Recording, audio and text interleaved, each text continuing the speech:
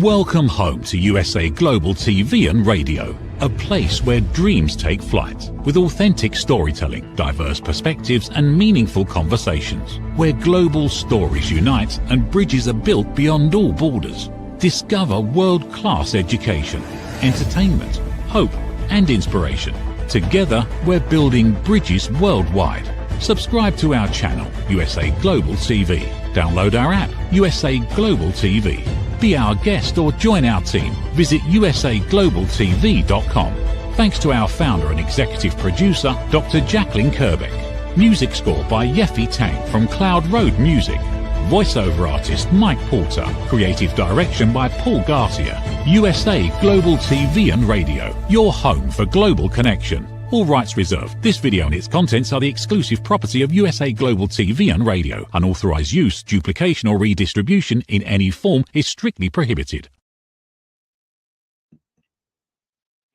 Are you a business owner who's looking to build credibility, who's looking to make a lasting impression, who's looking to bring value way beyond the sale? This is Ahead for Business, and we're going to be talking about writing and publishing your own book. Have you written a book? Have you thought of one? Is there one that you've put on a computer that's somewhere buried in your house? Is it on a notepad somewhere you never finished it because you thought it just wasn't good enough? Well, we're going to be diving into why each and every business owner should seriously consider having their own book. Joining me is Mr. Al Cini, my friend and mentor, someone with extensive experience in the television industry, but he doesn't have a book quite yet. And we have a very special guest we'll be bringing out in a moment. So how are you without a book? Well, I am as the guy who is without a book. I mean, I guess that's one way to define me, but thank you very much. I do, this is such an important topic because I really do believe everybody has a story to tell, but most people don't know where to begin in telling it. And that, I think, is maybe an example of that. So it'll be great talking with Dr. Katherine today about how she helps authors tell their story in print.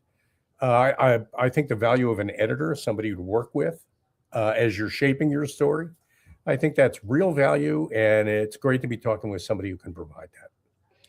Absolutely. Let's bring out our guest and then I'll introduce her. Our guest, welcome, Dr. Katherine Hutchinson-Hayes, is an author, an editor, a podcaster, and she is a business owner where she helps people publish their books. So let's get into it. I love the name, owner of Dressed in Love Press. How did you come up with this, Doctor? Well, it's my tagline as an author and a speaker. My tagline was dressing in God's love through the spoken and written word.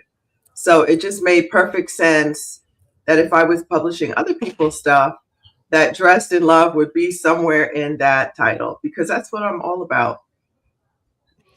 I think that's great. I read your LinkedIn profile. You've got quite a story to tell yourself. And I guess my question is, as a person who is faith-based, which is pretty clear based on the way you describe yourself. How do you stitch that in with people who want to write a book and need help writing a book, but may not be themselves faith-based? Yeah, I work with everybody, and on my podcast, we have all people who. What I mean, all people, everyone is welcome. So I've had people who are Muslim, agnostic, atheist, Hindu, you get the picture. And I feel that way about working with everyone. I'm not selective based on your faith. I just like to be a good editor and help people produce good work. So I think operating from a Christian worldview should be from a place of loving others and opening your heart to others. So my work is never just pigeonholed into I have to work with someone who is faith-based. I try to show that I want excellence in writing. So it doesn't matter what faith you are, I'm welcoming. I try to be supportive, whether you're writing fiction, nonfiction, devotionals, children's books, poetry, and memoirs. I feel strongly that people's words have the potential to reach someone at exactly the moment they need them. Thank you, Doctor. And we are a global platform, so I'm sure that resonates with people all over the world.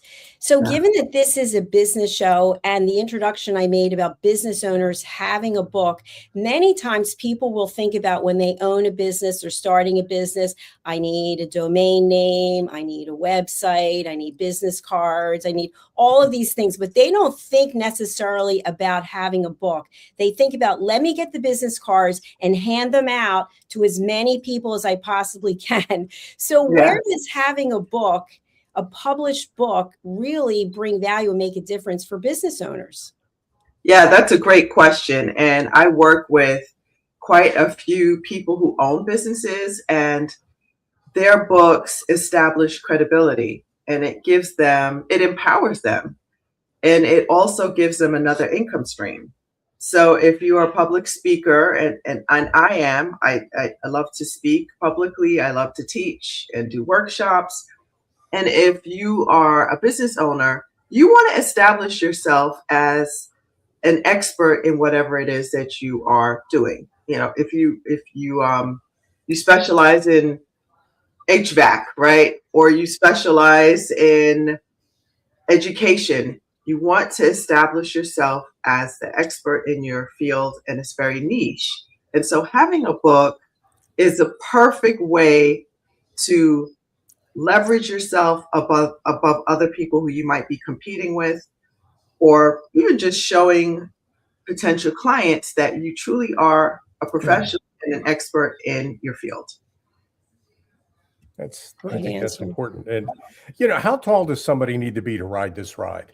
And the reason why I'm asking that is that I've worked with and talked to developmental editors, people who help people write books. Mhm. And often what you get from a prospective author is essentially a big bag of words. How do you handle that? How do you work with somebody who has something important to say but just doesn't know how to go about it? Yeah, okay, this might be weird, but it's sort of fun to me to take, like you said, the big bag of words and to mold it. And I'm an artist also. I actually teach art today, but in sculpting, you know, you have this big block of clay, and let's say you're doing a bust of someone, like from the shoulder and the head, right? As you start forming it, you can see that it's the head, you can see the shoulders, but it's not defined. You can't tell who the person is. That is exactly what content and developmental editing is. You take that form and you chisel it so that that person's voice is shining, it's unique, it's individual, and they're getting to say exactly what they wanted to say. Because a lot of times the words that are in our heads, when they get out on paper, people don't quite understand. We understand because we wrote it, and we fill in the blanks that might be missing. But an editor comes in and says, hey, we can't get into your head. I think what you meant to do was say this, right? And this is not making sense. And there's a plot hole here. And so that editor comes in and they're able to take that clay and truly form it and make it distinctive. Yeah, I can picture that. That makes a lot of sense. Yeah. I'm thinking about some of the things people have told me over the years when it comes to writing books, especially business owners. I'm so busy, which, by the way, to me is a 4-letter word, busy. I'm so busy, I don't have time to do this. And if I do it, it's got to be perfect. And I've tried to explain, no, it doesn't have to be perfect. And you're telling information that is through your story, your journey. It's already in there. It's just a matter of getting it out there. So, Dr. Katherine, how do you work with people to get them to express themselves? Yeah, so the biggest thing is to have deadlines, to have a calendar. I just taught a class. I just came back from a conference where I taught a class from idea to manuscript. And we had a concrete worksheet, and we were working out, the outline. And I told them there's such power in an outline. I found that out when I did my doctoral dissertation You could probably understand that, Dr. Jacalyn. But for your dissertation, you had to have an outline. The outline was just everything. It was the skeleton of your book, because that's pretty much what a dissertation is. And the same principle applies to anything that you're writing. It must have a skeleton, and that skeleton is going to uphold the body of the work. And it has to be really strong, and it has to be concise. And then, so once you're done with that, you have to have timelines. If you don't plan it, it doesn't happen. It is important to be realistic and say, okay, what genre am I working in? Am I going to produce, I don't know, romantic suspense? Romantic suspense, it doesn't have to be more than 60,000 words. Okay, can I write 10,000 words a month? Maybe not. I'm a mom, or I work full time, or I'm both a mom and I work full time, or I'm a stay-home mom, but I've got a bunch of children in diapers. No matter where you are, from retired, single, house full of kids, working full time, stay home, it doesn't matter. We're all busy, right? And if we don't plan it, it doesn't happen. So any stage of the journey, you must have an outline, you must have a plan, and you must follow through on that plan. Do most of the people you work with, Dr. Katherine, write nonfiction, or do you ever work with fiction writers? Oh yeah, I work with a ton of fiction. It is more difficult, but it is a ton of fun when you help to produce a great fiction book. Dr. Katherine, what I'm wondering is, sometimes people will think to themselves, you know what I'm writing is going to be a New York Times bestseller. Yes, I am going to make the list, and I am going to make a fortune, and I'm going to travel the world. What are your thoughts? You're laughing about this. What are your thoughts? Oh my gosh. Yeah, I'm trying not to roll around on the floor hysterically right now. Yeah, so that's one of the first things I have, talks that I have with our authors. I'm really transparent. I'm like, don't quit your job, your day job. Please don't do it. Your day job is going to help feed you, pay your bills. Your writing life is going to be the icing on the cake. And yes, I don't want to dash anybody's dreams. Can some people actually survive on writing full time? Yes, I actually know a few people, but it fluctuates between 1% and 10% of all writers. It's not a lot of people. And because of the changing landscape of the publishing industry, it is actually more difficult to make money the way you would like to make money. By the time a $20 book is sold, and the author and publishing company are compensated if you're working with a publisher. And if you're working with an agent like I am, it gets divided a lot of different ways. By the time you sell a $20 book, but it gets to be about $1 to $2 that author has to split between themselves, the publisher, and their agent. So, it's like pennies on the dollar for a book. When people sell millions of books, it doesn't necessarily mean they're making millions of dollars, because of how many ways that money, that compensation has to be split with all different people. So by the time the money gets to the author, it's not a lot. And it's really important for you also not to just focus on just writing that one book, knowing that it might be your second, your third, your fourth, your fifth book that actually brings attention to you, and then people are looking at your backlist. One of the most humbling talks I listened to was at a conference called Write to Publish, and I got a chance to hear Jerry B. Jenkins speak, and actually I got to privately talk to him. But he said he had been working full time in a whole different industry, and he would write from 9 p.m. when his children went to bed and he had dinner with them and all that till midnight. And he would do that like Monday through Friday. And through doing that, he wrote about 160 books. it wasn't until like his 165th book that he was able to leave his day job and be able to write full time. And he's the one who wrote the Left Behind series. His son wrote The Chosen. And so he's very well established and known, but that was humbling. I was like, 165 books. Wow.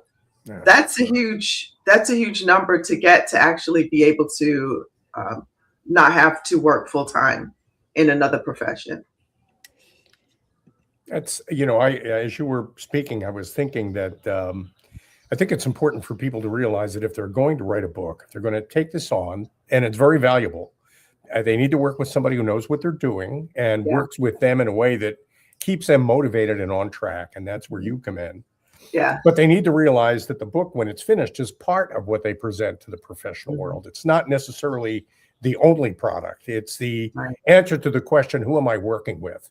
Yes. So, I mean, this book becomes a way of introducing yourself to people who might use you for whatever it is you do for a living. But my question, my ahead for business question is that sometimes people just get exhausted trying to do something like this. Yeah. You can't just say, but part of it is I needed a chapter by Friday. Where's my chapter? Yeah. But another part of it is, how do you inspire somebody to write that chapter that they're having difficulty delivering to you? Oh, that's such a good question. I am gifted at encouragement and gifted at seeing the best in people. And I love that. And I think a lot of that has to do with my educational background. I come out of a long background of education. I was a principal for a very long time, and I segued into publishing. And I just saw where children just really flourished when you praised them and you looked for the best in them. So I look for the best in an author, and I encourage them, because the fact of the matter is authors have a lot of rejection. They're rejected. I get rejections all the time. I get rejections where I'm like, I don't even remember submitting to this magazine, but okay, out for the course. But that happens to a lot of authors. They get rejections, and then many authors struggle with imposter syndrome. They struggle with defeat and giving up. So lots of people who start out writing a book never finish.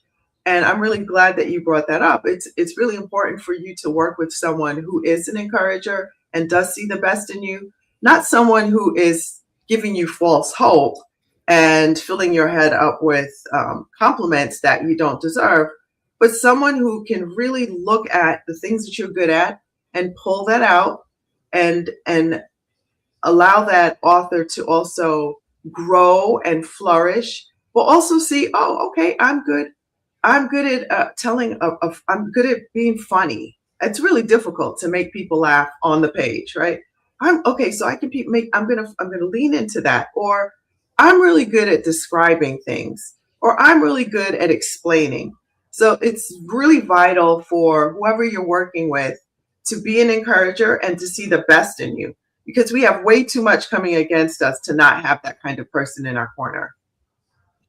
That is so true. There's so much negativity. Let's not buy into it. My question is, in the beginning, when I introed the show, I was talking about a book for business owners. But when you think about an author is also a business person, should they choose to accept that. Yes. And much of what that involves is visibility. That means a website. It means doing shows like this. It means being on your podcast. But that takes a mind shift sometimes, because people will think, well, I wrote this book, but I don't want to get out there and talk about it. So what do you say to your clients who fear visibility? Oh, this is such a juicy question. Earlier, I was talking about how myself and my project manager, we sit with our authors if we've accepted them and offered them a contract. And we talk a lot about the reality of the publishing industry. I have an addendum where I break down how much you actually make and how many books you need to sell to make a profit. And it's based on genre and word count and all the things. But the other thing that we work on is visibility, just like you talked about. We've said you are now a business owner, okay? And when you're an author, you own your little world. So you have got to be professional. You have to have a professional website. That's why we have a brand expert that we work with, and she combs through their website and says, no, that, you know, the 80s call, they want their website back. And so you've got to have something that's professional, that speaks to the culture, that's up to date. And in addition to that, it's important for you to be active on social media. One of the best examples I can see is one of my authors. When she started, she had a small website. She wasn't very engaged with it and had Facebook. Well, now, and she's in her 70s. Okay, she's doing reels. She is she's on Instagram. She is on Facebook Live. She is all over the place with podcasts and doing she's doing magazine articles and features, and she's doing book signings. And I mean, I can barely keep up with her, but her platform exploded. And what happened is it translated into sales. And so people keep on seeing her everywhere, and they're having that brand identification and that visibility. And now they are really interested in what she has to say. That's Congratulations to you and your client. That's exciting. It's really exciting. And, you know, I think these are little details that a lot of people don't think about. They think, I really need to write a book. And they kind of imagine that between that decision and the actual book, I know there's going to be a lot of time. I'm going to have to actually write the book. I know I'm going to have to do that. But I don't really pay very much attention to what I'm going to be doing at the end of it to sell the book and promote the book. And I want to get into the commercial aspect of it, because I know that people who work with you also pay you. And maybe you can give prospective authors out there some kind of an idea what the budget for that is like and how that works. Yeah. Well, we are traditional press, so we do not charge our authors to publish with us.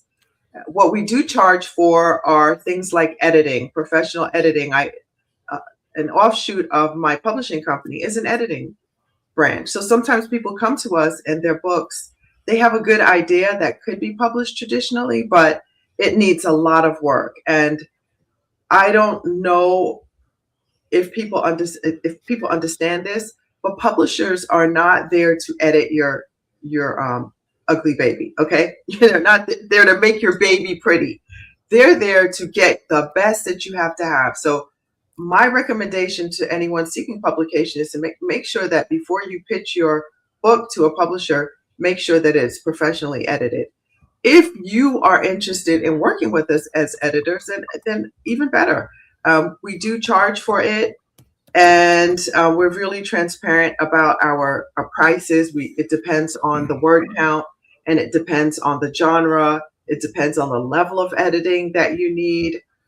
So I would say, if you are realistically, let's say you have a 60,000 word project that needs some grammatical correction, that needs a little flyover for content editing, are you looking at $800 to $1,000 to do that, right? And if you are looking for a major overhaul and editing for, say, the 90,000 word project, then you're looking at between $1,500 to $2,000 to have that book professionally edited. Certainly fair. Absolutely fair numbers. I recently was speaking at a conference the weekend before last, and I got this question, and a person said, well, I wrote my first book and I used AI to write the whole thing. And I just looked at him and I said, did you put your name on it? And he said, well, I wrote it. And I said, well, you actually didn't write it. So if you feel okay with knowing that someone else wrote your book and you put your name on it, then I can't answer that for you. So my question to you is, we're actually also bringing in the faith part of it, right? Is putting your name on work that is not yours. So if you're an author and you're using AI to write the whole thing, what are your thoughts about that, Doctor? That's such a tough one. I love AI. Don't get me wrong. I think that you can use it for your virtual assistant. There's so many things that you can use AI for, but don't use it to write your book. Because like you said, doctor, you're not really writing it. What AI does, it's programmed to just go out and basically steal from a whole bunch of other people. So any of us who are actually published, we don't know. AI is trained on actual writers, and some of these programmers have actually been sued by a ton of authors because they're using their books to train a model on how to write. And what it does is it pirates and steals your work, and you're not really creating anything original. We are too smart. We have too much to offer to depend on a computer or a program to write for us, and understand it's not really you. You're really stealing from a bunch of other people who it's really wrong.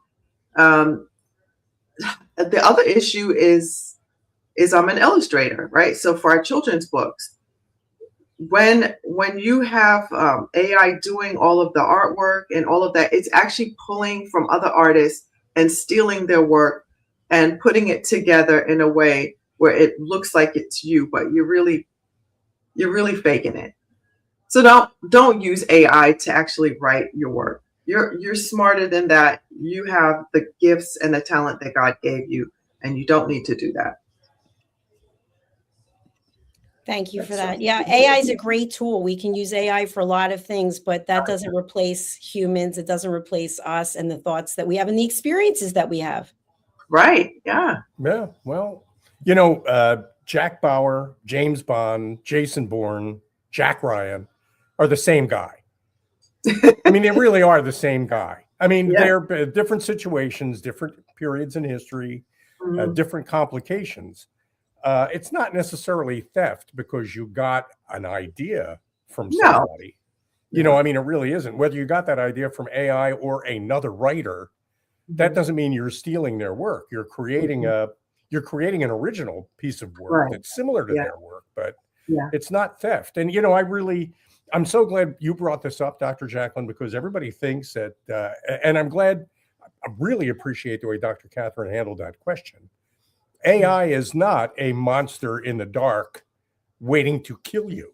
I mean, a lot of people are terrified of it. Yeah. A lot of people are terrified of it, but it can be very helpful, but it shouldn't replace you, and you shouldn't ask it to replace you. Yeah. And I think that, sure, I can ask that book that you want me to write. I guess I could ask Copilot to write it for me. Copilot certainly knows enough about me now to be able to take a pretty good shot at it.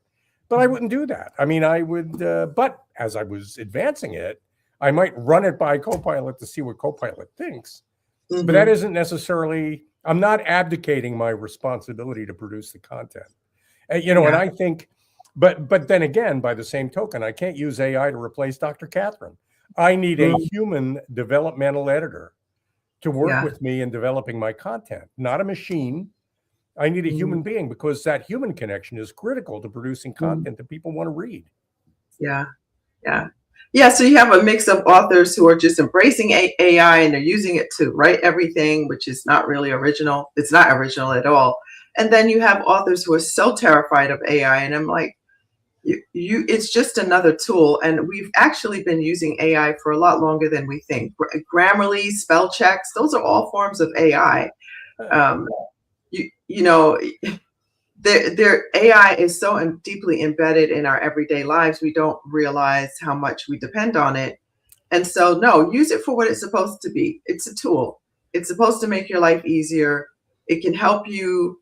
It can help you bounce ideas back and forth specific to your genre, because every genre is a recipe. It's a special recipe. And I love that you said these are all the same characters. That's what genres are, right? It's a speculative fantasy is going to be a different recipe from a romantic suspense. Romantic suspense is going to be a much different recipe for a memoir or a devotional or a self-help book about, how to get married in 3 weeks. I don't know. but it's all a very different recipe, and you do want to follow the recipe. And so you look at what other people have going on. Okay, James Patterson has this going on. He writes suspense. Okay, all right. So this Karen Slaughter writes really scary thrillers. Okay, so this is her recipe. This is how she did it. You're not stealing, but you're looking at their artistry and you're saying, okay, that's how they put their recipe together. All right, mine's going to be something like it, but I have a different background. I have some different ideas about how to put this together. And then you create your unique book. Doctor, absolutely. I want to talk a little bit about you as a business owner and what that trajectory, what your journey has looked like. So when did you actually decide to go into the publishing business? Well, that was about 18 years ago. I had my last baby, and my husband was deployed all the time. And instead of going back to the principalship, I began digging into writing. My husband built me a little office in our laundry room / cat litter box room. And it was the little springboard desk that he put up for me. And I was quite proud of my little office. And I began doing what I knew. And I knew curriculum. So I would write curriculum for different programs, like homeschool programs, church programs. I did a lot of work for Protestant Women of the Chapel, which is an interfaith group on military bases. And I would write programs. I would write curriculum for them. And then I segued into editing. And then I segued into writing my own books. And then I segued into freelancing for traditional publishers as a production editor. And then I worked with a literary agency as a production editor. And my knowledge of the industry just continued to grow and grow. And finally, and this was last year, I thought, I've been working in this industry for quite a while now, and I certainly know how to put a good book together. I know how to do covers because I'm an artist and I have a good eye. What could be so hard about just starting a publishing company? Which is pretty hilarious because it is really hard. It's a lot of work. You have to have a business plan. You need to have an LLC or S corporation, however you're going to do your business. Really important to have a lawyer behind you to make sure that your ducks are in a row and your business is protected. And also to have good programs in order to manage your finances and make sure that everything is set to go regarding the IRS. You don't want to mess with the IRS or the legal world. So you need to make sure everything is up to snuff there. And then to also have a manageable way of executing what it is that you're trying to do in your business. And so with me, I started with a skeleton staff, and having a project manager was such a blessing and such a wise investment. And then having the security, like I said earlier on, of making sure that you have a lawyer and he's vetting your contracts and things of that nature. And then to have really good support people around you. I have great formatters. It's dangerous to think that you can do everything yourself. I'm a Jamaican, right? My family's Jamaican, so we do like to have a lot of jobs, and we like to do everything ourselves, and that's dangerous. And just because you know how to do everything doesn't mean you should. You need to concentrate on the big picture and the vision of your company and the overall management of it.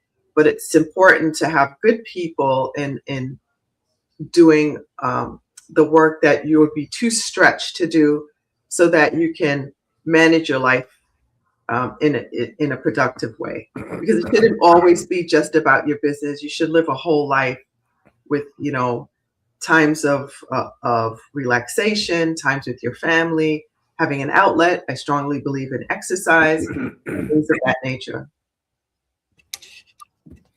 So people out there who might be saying, well, I'm just an accountant, or I'm just an engineer, or I'm just a salesperson. Where's the book? And, what is it I'm looking to write? I mean, how do you help somebody find that book that explains how they're different from all the other accountants in the world, or maybe different from all the other salespeople? Well, everybody has a unique spin. We all have our unique handprint. And yes, there may be tons of accountants out there, but it doesn't mean that what you have to say should be minimized. So, because you're unique because of your lived experiences, right? And your background. Even your ethnicity can come into play. Let's say, for instance, I was talking to you earlier about our AC being worked on earlier today. But the guy who's working on our AC is an Israeli soldier, former soldier, and he was showing my husband all the scars he had from the battles that he engaged in. I mean, significant scars. Talked about being in a wheelchair for 7 months, and how he learned so much about people and who stayed in his life and who left. Now, you might say, what does that have to do with AC, right? He could write a book about having a successful air conditioning business, and then he could say, I'm going to liken this AC business to my survival in the Army, and here are 5 tactics on the battlefield that I learned that can apply to your business. Being situationally aware, having battle buddies, which is being in community, being with other people who also do the same thing, that own AC businesses, making sure that you have a way, you planned an escape, having a backup plan, having a will. So he could have all of those lived experiences plus his professional experience that he uses to make a living, and he could take that and make a very unique book, right? Nobody else can write his story, and that's what we all have to understand, because I hear that often. Oh man, there's so many books on this, or there's so many books on that, but it's not from you, and you can never negate your own lived experiences, because people connect with who you are. Facts inform, but stories transform. So anything that you write, whether it's self-help, whether it's a business book about ACs and thriving in that business, your personal story behind all of that help to transform people and help them to lean into the factual stuff that you're teaching as well. So every page carries a possibility of impacting another human being. It's funny, Doctor, when you were talking. Wait a minute. I'm writing all this down. Okay. When you were talking, Doctor, I found myself thinking, that's a book that I would buy. I think that's very interesting. And I think also what comes with writing a book is doing keynotes. It's doing a podcast with you. It's doing a TV show here with us. And all of a sudden, an entire new audience gets to know about your work and your book. And I'd love to close out by sharing, what does it do for the actual person, the human being who gets to tell their story? That to me is the true breakthrough. It's not just about the book, but it's being able to impact other people's lives. What do you think? Oh, absolutely. When I began writing and then helping other authors, I discovered that every single book carries purpose. And that realization changed everything. It taught me that writing is not simply about selling books, it's also about serving people. And though the writing journey isn't easy, right? There's so many periods of doubt, and there are edits and deadlines, and it feels impossible to finish. You can continue even when the path becomes difficult, and every challenge reinforce something that's a powerful truth. God doesn't call the qualified, he qualifies the called. Every obstacle becomes preparation. Every setback becomes a lesson. Every opportunity becomes a stepping stone. The key is to remain faithful to the assignment. I love that. I've never heard that before. That's beautiful. I can see why you're an excellent keynote speaker as well. Absolutely. Dr. Katherine, for people who want to work with you, what's the best way to get in touch with you? Yeah, my website is a landing page where you have everything, all my contacts. I'm very active on social media. And I also have my direct email for the publishing company, which is dressedinlovepress@gmail.com. And my website is my name. It's Dr. Katherine Hayes. I cut out the Hutchinson to make it a little easier for people so they're not typing for hours. But that's how you can contact me. I absolutely love engaging with authors. It's my favorite thing to do. I'd love to make your story come alive. Thank you so much for being here today. I've learned a lot, and I hope that you come and visit us on one of our other programs. Yes, thank you so much for having me. This has been so much fun. You guys were absolutely delightful. Thank you very much. I really enjoyed meeting you as well. Mm-hmm. Well, Mr. Cini, do you have a book coming now? Yeah, I do. It was such a great conversation for me for all those reasons. I mean, it was one of the greatest points I think I heard is that there's a story really in everybody. And no matter how ordinary you feel your life might be or your profession might be, there's something different about you that's worth writing about. And I think the secret really is to work with a human being like Dr. Katherine, who can help you mine that story out of the bag of words you have floating around in your head. You know, somewhere in there, there's a story to tell. And I think that, for me anyway, that was the key takeaway in that conversation. I agree with you. Al, tell us about the work that you do and who you can help. Well, if I were to write a book about it, just a thought, if I were to write a book about it, it would be a book about how when people are properly motivated and inspired, they can come together and do amazing, surprisingly wonderful things. And that whole idea that there's an Einstein quote that the really beautiful and inspiring work is done by people who can labor in freedom. When we're trying to get people to do something, we tend to focus on deadlines and rigor and structure and clarity, and that's all important.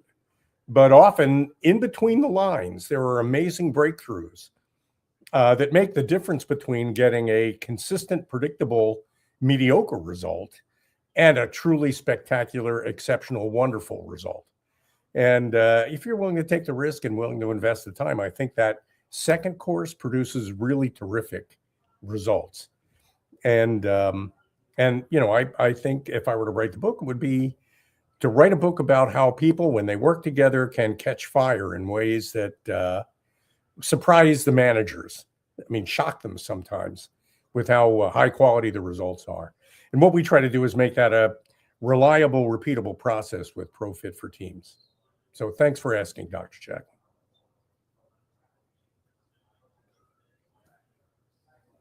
For people who'll be listening to this later on a podcast platform and they can't see the screen, what's the best way for people to reach out?